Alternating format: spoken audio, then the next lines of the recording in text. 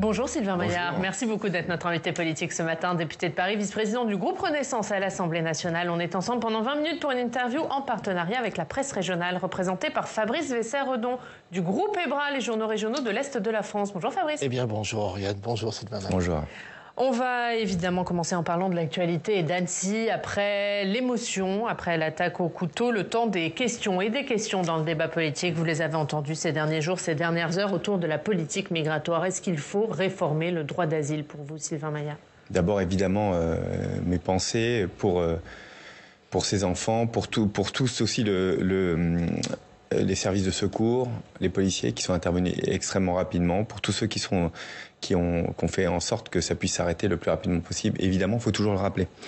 Je crois qu'aussi beaucoup de Français ont découvert les difficultés, la complexité du droit d'asile. Rappeler que ce migrant était dans son droit, c'est le droit d'asile à l'heure actuelle en France ou en Europe. Il avait obtenu le statut de réfugié en Suède, il pouvait donc circuler librement au sein de l'Union européenne. Exactement, et surtout il a fait une demande en France qui a été, c'est vrai, il a été débouté d'une première demande, mais il avait encore un peu de temps pour pouvoir faire appel. Et donc ça c'est important de le rappeler. Est-ce qu'il faut aller plus loin? Est-ce qu'il faut faire en sorte de rendre les choses plus lisibles, plus simples, avec des réponses plus rapides? Probablement. Moi je me garde toujours de faire des réponses rapides.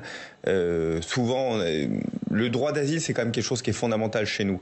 Il faut un peu de temps pour pouvoir étudier chaque demande, et chaque demande en France doit être étudiée. Elle l'est de façon construite.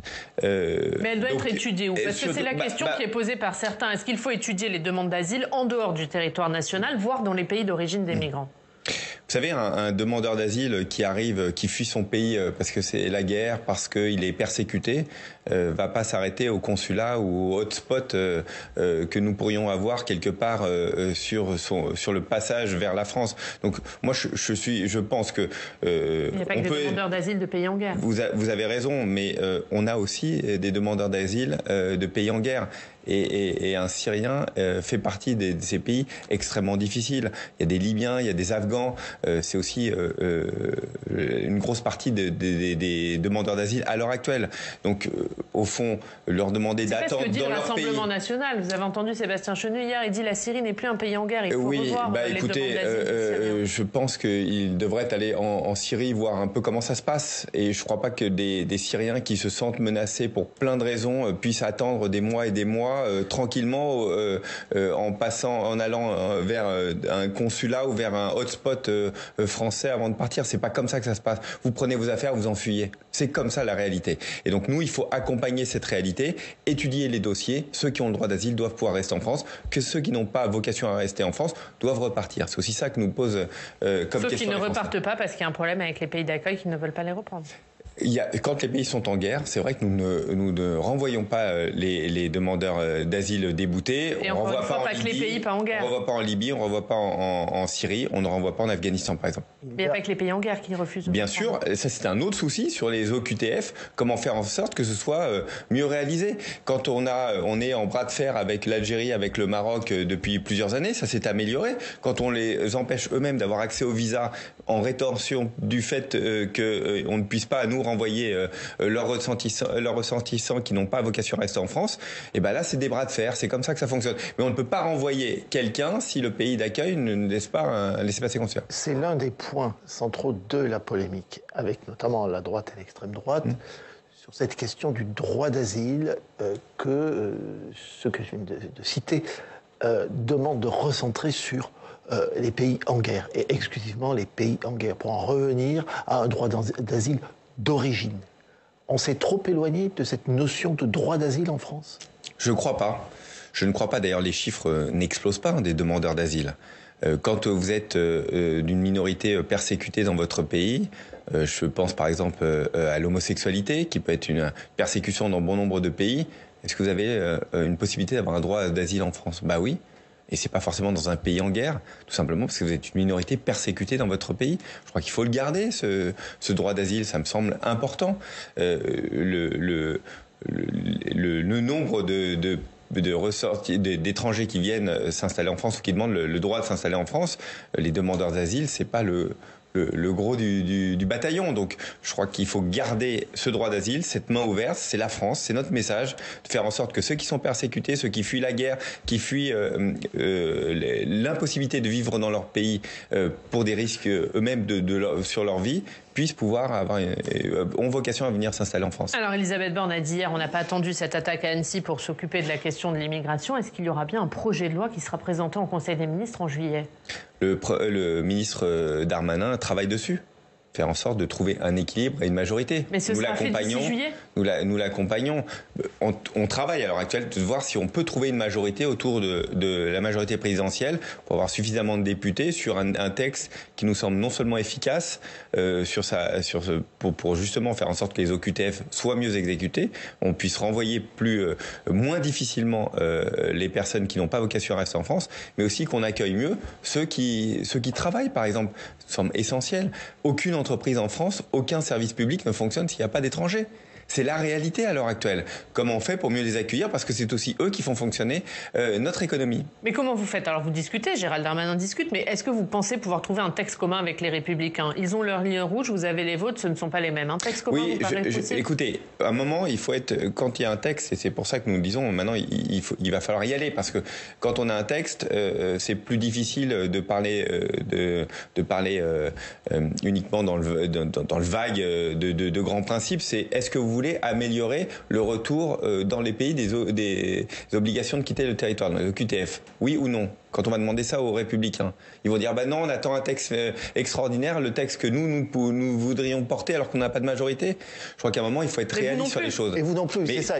Et c'est pour ça la question est là. C'est pour ça qu'à un moment, on est face aux Français en disant est-ce qu'on a envie d'améliorer la situation, oui ou non? C'est ça la question. Mais comment? Mais quel compromis vous êtes prêt à faire pour aller vers les Républicains? Pareil pour la gauche, c'est-à-dire qu'il faudra aller chercher aussi des voix à gauche et leur dire est-ce que tous ceux qui sont en train de travailler, qui sont en première ligne, deuxième ligne en France, qui n'ont pas, pour plein de raisons, difficulté d'avoir des papiers définitifs, ou bien qui n'ont pas renouvelé leurs papiers. On sait qu'il y a beaucoup de difficultés pour renouveler leurs papiers, leur autorisation de travail. Est-ce que, au fond, vous voulez qu'ils restent dans cette situation où on ne peut pas les renvoyer, ils ont des difficultés pour travailler? Est-ce qu'on doit trouver un équilibre? Moi, je crois que vous croyez vraiment que vous pouvez trouver des voix à gauche sur ce sujet aussi clivant qu'est l'immigration? Je le pense. Je pense qu'à un moment, il y a un principe pour chaque député, c'est d'être en action et de faire en sorte que son mandat, ces 5 ans qui passent, c'est pas que de la protestation, c'est de pouvoir améliorer la vie des gens. Combien viennent nous voir en nous demandant de les aider, viennent voir Gérald Darmanin qui a eu l'occasion d'en parler dessus en disant écoutez, j'ai tel ou tel dossier où ils ont tout à fait raison, il faut accompagner ces dossiers-là. Là, nous proposons une solution, c'est de faire en sorte que ceux qui travaillent. Vous dites quoi, qu'il y a l'hypocrisie des Républicains de refuser ces titres de séjour pour les métiers en tension? Je parle d'un spectre plus large, y compris à gauche, en disant il faut qu'on accompagne. Mais à gauche, ils refusent pas les titres de séjour des métiers en tension, c'est les Républicains qui en font. Mais je suis d'accord, mais à un moment, nous, on a besoin qu'ils votent un texte global. Et donc, il faudra aussi dire, il y a des vraies avancées sur ce texte-là, peut-être d'autres points qui nous plaisent moins, mais on a besoin d'avancer. Mais est-ce qu'à avoir voulu faire du en même temps, vous n'allez pas perdre tout le monde? Vous savez, et ne pas réussir à aboutir à une majorité. Vous savez, on a bien compris avec le texte des retraites que discuter avec les Républicains, c'est pas un bloc. Donc, ce qu'il nous faut, c'est nous recentrer sur ce que nous sommes, la majorité présidentielle, et aller chercher des députés autour de nos idées. Sur l'immigration, il s'affiche comme un bloc. Oui, mais vous savez, au début du texte sur les retraites, il s'affichait comme un bloc aussi. Donc vous misez sur les divisions l'expérience montre qu'il faut avancer, nous, sur les idées et d'aller convaincre, député par député. C'est notre travail, nous aussi, à l'Assemblée, de voir, de montrer tout ce qui est positif, peut-être de l'enrichir, ce texte-là, mais de garder ses deux pieds, c'est-à-dire être plus ouvert avec ceux qui ont vocation à rester en France et être plus ferme avec ceux qui doivent partir. Mais sur quoi, précisément, vous êtes prêt à céder? Vous avez vu les propositions des Républicains, elles sont sur la table. Sur quoi vous êtes prêt à aller dans leur sens? Nous, on continue à discuter. C'est difficile de le faire sur un plateau parce que l'expérience montre aussi que quand on avance sur tel ou tel point, il faut aussi qu'à la fin, on puisse se serrer la main en disant qu'on vote dessus. Donc nous avons beaucoup avancé sur le texte retraite sur des points qui étaient importants pour eux. Puis à la fin, beaucoup d'entre eux n'ont pas voté. Donc discutons de trouver un équilibre, pareil avec la gauche, de ce que mais sur nos propositions. Nous, on a une majorité en tout cas la majorité présidentielle, elle est ancrée sur ce texte-là. Pour nous, c'est ce texte-là qui nous semble le bon équilibre. être plus ferme avec ceux qui n'ont pas vocation à rester en France et être plus accueillant avec ceux qui travaillent et font tourner notre économie. Donc c'est soit il sera lié à votre texte, soit il n'y a pas de majorité. On peut toujours aménager à la marge d'un côté de l'autre, mais non, mais parce qu'il y a un équilibre. Vous savez, pour pouvoir parfois gagner 20 députés d'un côté, vous en perdez 20 dans la majorité. Donc il faut trouver un texte d'équilibre. Je crois que c'est celui que nous avons. Quel était le sens de l'email qui a été envoyé samedi, je crois, vous avez dû le recevoir, invitant votre majorité présidentielle à faut-il ou non travailler avec les Républicains dans l'éventualité notamment d'un remaniement gouvernemental? Stéphane Séjourné a toujours porté, depuis qu'il a pris la tête de Renaissance, l'idée d'être plus en prospective et de pouvoir réfléchir à quelles pouvaient être non seulement les grandes idées que nous voulions porter, plus en amont souvent que le travail gouvernemental ou le travail parlementaire, et pouvoir réfléchir sur la vie politique française. Mais ça veut dire qu'il clive ce sujet des Républicains avec vous? C'est une vraie invitation pour regarder ce qui est possible et nos militants font ce qu'ils souhaitent. Moi, je crois que c'est important. On a des militants qui cotisent. C'est nouveau, hein, c'est depuis cette année. Donc, c'est quelque chose d'important qu'ils puissent dire, voilà, nous, on est prêts. Nous, on pense que c'est une bonne chose pour trouver un équilibre d'aller de travailler avec les Républicains, ou peut-être certains d'entre eux, et peut-être une majorité, je n'en sais rien, diront, non, nous souhaitons garder notre indépendance. Et vous le souhaitez, vous souhaitez, vous? Mais moi, je pense que c'est toujours plus facile d'avoir une coalition pour pouvoir travailler, parce qu'on a des textes plus simples à voter. Mais je le dis, je trouve ça extrêmement difficile, moi qui suis tous les jours à l'Assemblée nationale, de trouver à l'heure actuelle une majorité avec les Républicains à l'Assemblée. Ils ne sont pas fiables, c'est ce que vous laissez entendre. Ils sont surtout très désunis entre eux. Donc il y a plusieurs courants au sein et c'est difficile d'avoir une unité. Vous savez, nous, quand on décide quelque chose, on est à Renaissance, on est 171 députés. On peut avoir des frictions en interne, on peut discuter, on peut se challenger les uns les autres. Il y a une position qui est arrêtée, c'est la nôtre. Et il y aura 171. Là, sur l'immigration, il y aura 171 votes dans le même sens? Il y aura 171. Sur le texte que porte Gérald Darmanin, oui, vous avez les 171 députés qui sont là. Par contre, si on commence à partir sur d'autres orientations, vous pouvez avoir aussi des députés qui se sentent moins concernés par le texte porté. Leur chef des Républicains, Éric Ciotti, attend un geste fort du président de la République sur cette question de l'immigration. Il demande à être reçu par le président de la République pour parler de ce sujet. Emmanuel Macron doit-il le faire? Doit-il le recevoir? Je ne sais pas s'il y a des contacts ou c'est organisé. En tout cas, ce qui est certain, ce qui est certain, c'est que les responsables politiques sont reçus en permanence par Elisabeth Borne, par Gérald Darmanin. Il y a eu beaucoup de discussions. Mais là, on parle du président de la République. Non, mais je l'entends. À un moment, c'est aussi discuter. Il faut arriver avec une vraie envie de co-construire. Si c'est uniquement pour faire une sortie de l'Élysée en disant acter une différence entre ce que prône le gouvernement et ce que prône les LR, il n'y a pas vraiment d'intérêt. En règle générale, on discute en amont et on arrive à un accord et pourquoi pas à ce moment-là. On va dire un mot de la réforme des retraites, mais au moment de l'attaque d'Annecy, les députés, vous étiez en train d'examiner la proposition de loi du groupe Lyotte qui visait à abroger la retraite à 64 ans. Et au moment où on a appris l'attaque, Aurore Bergé, votre présidente de groupe, est sortie pour dénoncer du coup la teneur des débats qui se tenaient dans l'hémicycle et dire que du coup ça n'avait pas lieu d'être étant donné ce qui se passait à Annecy. Est-ce qu'il n'y a pas eu de sa part une instrumentalisation politique de ce drame? Vous savez, j'étais juste à côté d'elle au moment où elle a pris la parole et on avait l'ensemble des députés de la majorité de Haute-Savoie qui était, donc mon collègue Armand, qui était à côté de nous dans une émotion extrêmement forte puisque nous venions de l'apprendre, nous cherchions des informations et nous sommes allés, et Aurore Bergé et notre groupe est allé devant les micros. Vous savez, on était déjà vraiment sous le choc. J'entends l'instrumentalisation, j'entends sentiment que j'ai pu voir sur les réseaux sociaux, qui a été largement porté par la France Insoumise. Vous savez, on était en train d'organiser. On a fait une erreur. Je vais vous dire, nous étions en train d'organiser juste avant de prendre le micro. Comment faire pour que nos députés puissent partir le plus vite possible sur place. C'est très concret et nous étions obsédés de leur dire il faut absolument qu'ils soient sur place pour pouvoir au plus vite et quel est le chemin le plus rapide. Et donc on était toute une petite équipe autour d'eux, dont Aurore Bergé, dont moi-même, et on essayait de trouver des solutions. Donc il n'y a pas eu de discussion instrumentalisée. Vous savez, le texte était déjà mort.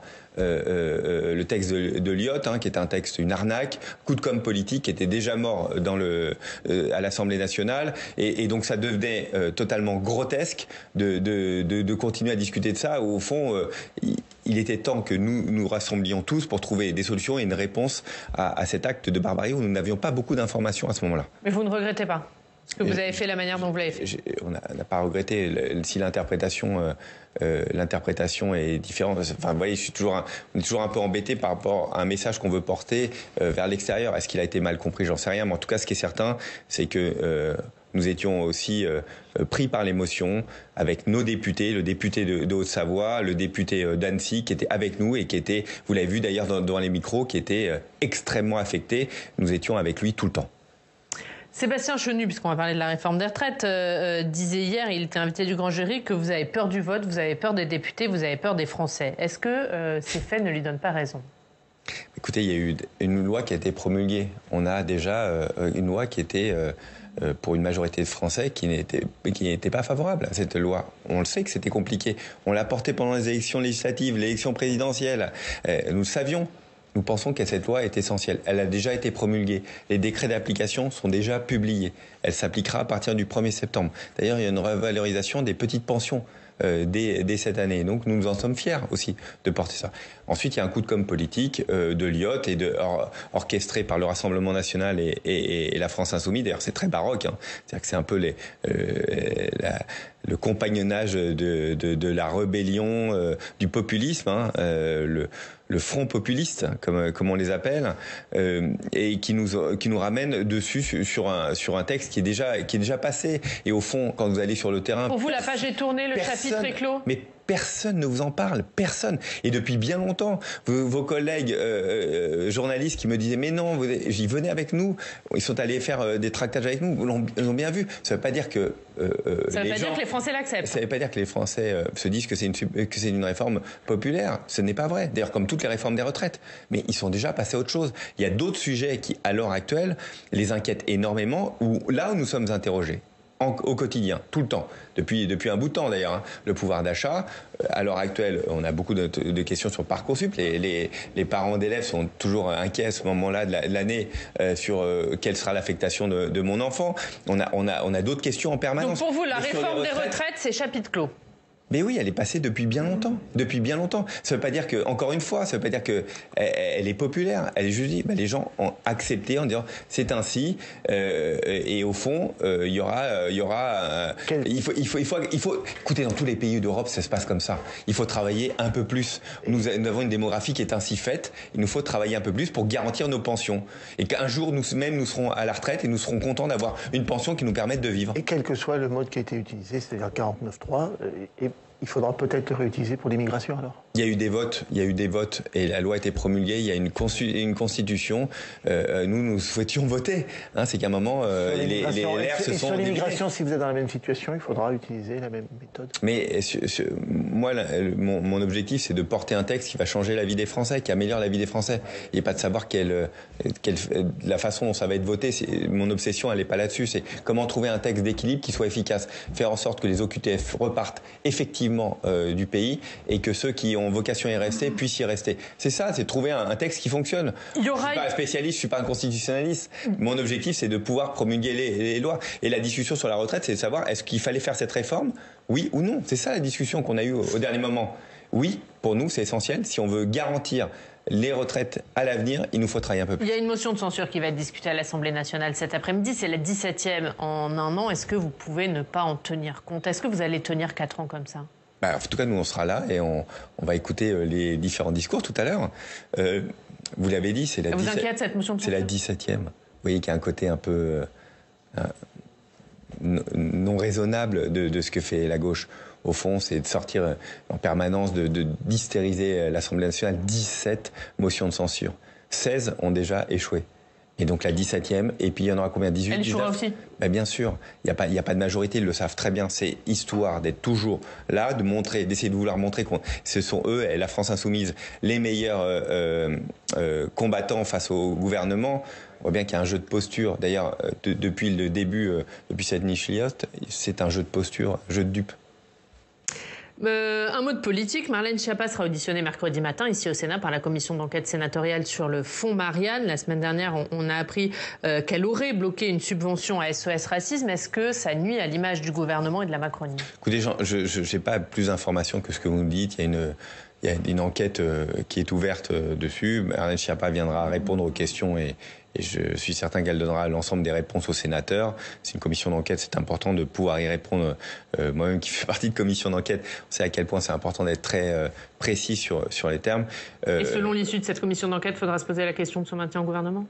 Bon, je sais rien, c'est pas à moi de décider, c'est au président de la République, à la première ministre de décider. Moi, Marlène Schiappa est une ministre engagée, elle fait son travail, toujours été à la pointe de beaucoup de combats. Mais si la commission d'enquête confirme qu'elle a bloqué la subvention SOS Racisme, est-ce que c'est un problème? Est-ce qu'elle peut se maintenir au gouvernement? Après, il peut y avoir des choix politiques de dire on a une enveloppe globale, chaque élu peut avoir une enveloppe et décider de telle ou telle somme allouée parce qu'il a une enveloppe ou qui baisse, tout simplement. Je n'ai pas les détails de l'information. En tout cas, SOS Racisme est une association qui doit pouvoir continuer, qui à agir, qui est dans des combats importants et voilà, qui a notre soutien, qui a toujours eu notre soutien. Même si parfois on est très opposé à dans certaines luttes, mais force est de constater qu'elle pèse et qu'elle est importante et qu'elle doit pouvoir être subventionnée. Un mot sur les sénatoriales à Paris. Car elle continue à être subventionnée. On parle de 100 000 euros. On parle des attributions du fonds Marianne. L'État continue à subventionner évidemment SOS Racisme, et c'est bien normal. Un mot des sénatoriales à Paris. Vendredi ont été désignés les grands électeurs. Ça va être dur de conserver le siège de Renaissance? Moi, je suis confiant. Je pense que Julien Bargeton est un excellent sénateur. Il a toujours été à nos côtés, porter la majorité présidentielle et je suis assez confiant sur le fait que nous puissions évidemment conserver ce siège. On va aller convaincre, il va aller faire campagne, on va aller faire campagne à ses côtés avec une liste renouvelée, une liste que nous sommes en train d'organiser. Mais oui, je suis assez confiant sur le fait que nous puissions faire un siège. Ce sera une liste commune ? Avec Horizon. Je le souhaite. Mais c'est pas acté encore. C'est pas encore acté. On a encore des discussions au niveau national dans l'ensemble des et avec le MoDem, parce que le MoDem à Paris, ils sont plutôt du côté de la droite. Je souhaite qu'il y ait une liste unie avec le MoDem, avec Horizon, avec Renaissance, qui porte à Paris comme ailleurs les couleurs de la majorité présidentielle. On travaille très bien au quotidien. On travaille très bien au quotidien à l'Assemblée nationale. Mais c'est plus compliqué à Paris. Mais oui, mais il y a pas qu'à Paris. Vous savez qu'il y a des discussions dans toute la France, en tout cas toutes les zones où il y a un renouvellement qui sont pas encore totalement actés. Il faut trouver des équilibres. Mais oui, il nous faut partir tous ensemble. Et je pense que les Français ont envie de ça aussi. C'est que la majorité présidentielle, elle vienne unie parce que nous sommes unis aussi à l'Assemblée nationale. Merci Sylvain Maillard, merci Fabrice d'avoir été avec nous. Merci d'avoir été notre invité en Face au Club des Territoires.